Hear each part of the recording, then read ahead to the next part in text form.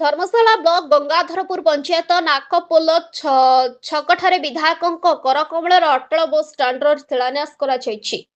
ଯାଜପୁର ପୂର୍ତ୍ତ ବିଭାଗ ପକ୍ଷରୁ 10,77,67 ଲକ୍ଷ ଟଙ୍କା ବ୍ୟୟ ଅଟକଳରେ ଶିଳାନ୍ୟାସ କାର୍ଯ୍ୟକ୍ରମରେ ବିଭାଗୀୟ ନିର୍ବାହୀ ଯନ୍ତ୍ରୀ ଓ କନିଷ୍ଠ ଯନ୍ତ୍ରୀ ଉପସ୍ଥିତ ରହି ଶିଳାନ୍ୟାସ କାର୍ଯ୍ୟ ସମ୍ପନ୍ନ କରିଛନ୍ତି।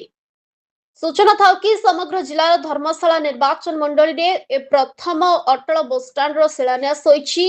ଆଜିର ଶିଳାନ୍ୟାସ ଉତ୍ସବରେ ଧର୍ମଶାଳା ବିଧାୟକ ହିମାଂଶୁ ଶେଖର ସାହୁ ମୁଖ୍ୟ ଅତିଥି ଭାବେ ଯୋଗଦାନ କରି ବସ୍ଷ୍ଟାଣ୍ଡର ଶିଳାନ୍ୟାସ କରିଛନ୍ତି। ଏ ବସ୍ଷ୍ଟାଣ୍ଡରେ ଧର୍ମଶାଳା ବ୍ଲକର ବିଭିନ୍ନ ପଞ୍ଚାୟତକୁ ଯାଉଥିବା ବସ୍ଗୁଡ଼ିକ ଏଠାରେ ରହି ଯାତ୍ରୀଙ୍କୁ ସେମାନଙ୍କ ଗନ୍ତବ୍ୟ ସ୍ଥଳରେ ନେଇ ପହଞ୍ଚାଇବ।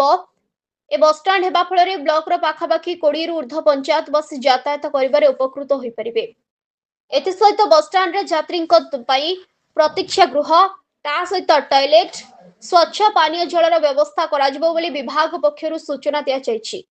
ଏ ଅବସରରେ ଦଳୀୟ କର୍ମୀ, ସାଧାରଣ ଲୋକ ବିଧାୟକ ଶ୍ରୀ ସାହୁଙ୍କୁ ଏକ ଶୋଭାଯାତ୍ରାରେ ବାଜାବାଣ ବଜାଇ ଶିଳାନ୍ୟାସ ସ୍ଥଳକୁ ପାଛୋଟି ନେଇଥିଲେ। କାର୍ଯ୍ୟକ୍ରମରେ ବିଧାୟକଙ୍କ ସହିତ ଜିଲ୍ଲା ପରିଷଦ ସଦସ୍ୟା ସ୍ମୃତିରେଖା ବେହେରା, ଗଙ୍ଗାଧରପୁର ସରପଞ୍ଚ ତ୍ରିଲୋଚନ ଜେନା, ମୁରଲୀ ପାଣ୍ଡବ, ସାଂସଦଙ୍କ ପ୍ରତିନିଧି କାହ୍ନୁଚରଣ ଦାସ, ସଂଗଠକ ଯୁଗଳ କିଶୋର ଦାସ, ଯୁବ ସଂଗଠକ ରାଜେଶ ପାଳ, ବିଶ୍ୱଜିତ ପୃଷ୍ଟି, ରବୀନ୍ଦ୍ର ବରାଳ, ମଣ୍ଡଳ ସଭାପତି ଜିତେନ୍ଦ୍ର ରାଉତ, ଶିବୁଲି ଧୀର, ତୀର୍ଥରାଜ ପଣ୍ଡା, ପ୍ରଭାରୀ ଅଭିଷେକ ରାଉତ ପ୍ରମୁଖ ଉପସ୍ଥିତ ରହିଥିଲେ।